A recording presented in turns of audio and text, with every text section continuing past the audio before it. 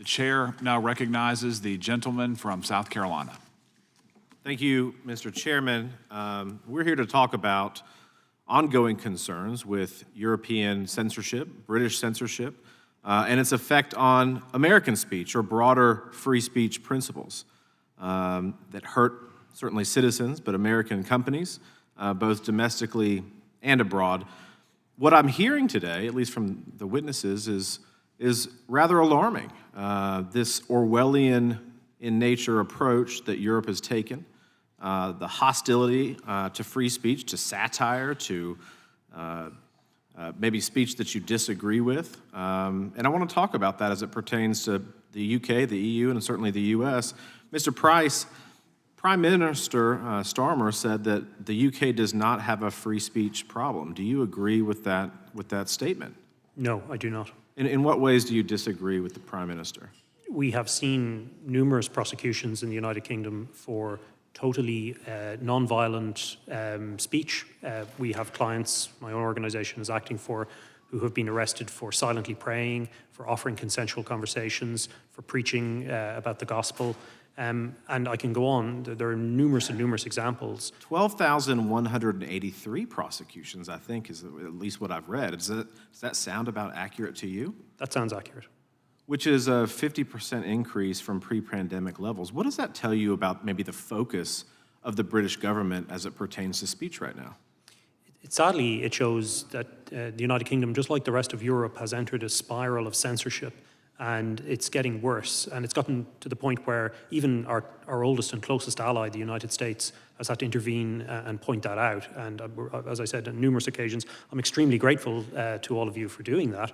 But the problem, frankly, is being now compounded and set in stone by things like the DSA from the European Union and the Online Safety Act in the United Kingdom. Well, let's talk about the Online Safety Act for a second. I mean, I think it maybe is intended to protect children, and I think everyone lauds that. Mr. Farage talked about that nobody, right or left, wants their child exposed to bad content online.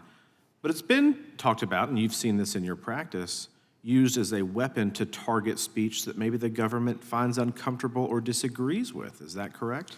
Yeah, that's correct. We've seen, for example, Section 62, which is designed to protect children, being used to censor videos of protests near asylum centres. And so once you reach a point where content is restricted on the basis that it is political, we're moving well out of any kind of zone of protecting children into essentially censorship. Right, so at least in the case of the comedian, the Irish comedian that was recently arrested, you know, I was not aware of his content before and looked at it, and it seemed to be satirical in nature or maybe hyperbolic and not necessarily to be treated literally. Is that your interpretation of that too?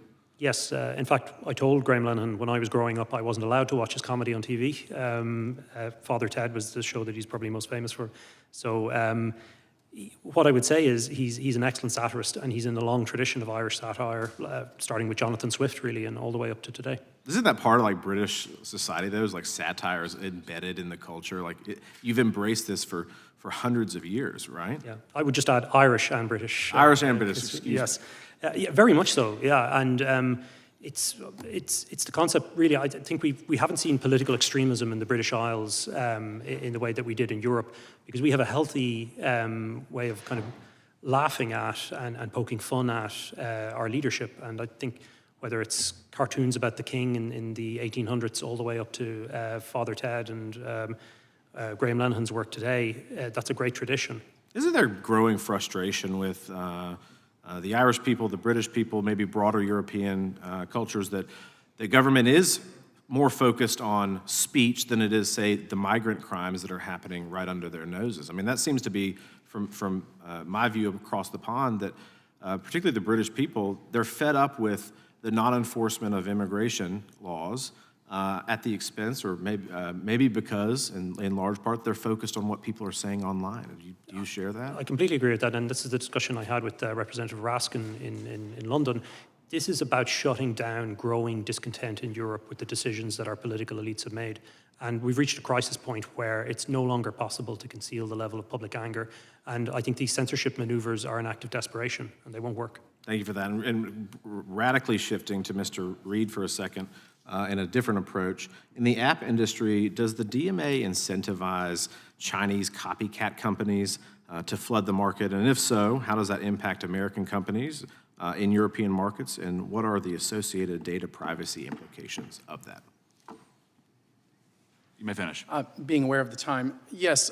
The problem is Article 6, Section 4. You have unlimited time. Pay no attention to the chairman. I always pay attention to the chair and the ranking member. The easy idea is Article 6, Section 4, Article 6, Section 7, and even 10. Part of the problem is they basically have must-carry provisions. And what that does is open the door. Part of what small businesses have benefited the most from the existence of these platforms, again, as I said, this isn't a love affair, it's a business relationship. They opened the door to customers, and the customers trust what they're buying on the platform. Article 6, Section 4, and Section 7 really say they must put on anyone's product. And of course, the most classic example of that, the first mover under the new DMA was Pornhub, which Apple had decided they didn't want porn apps on their app store.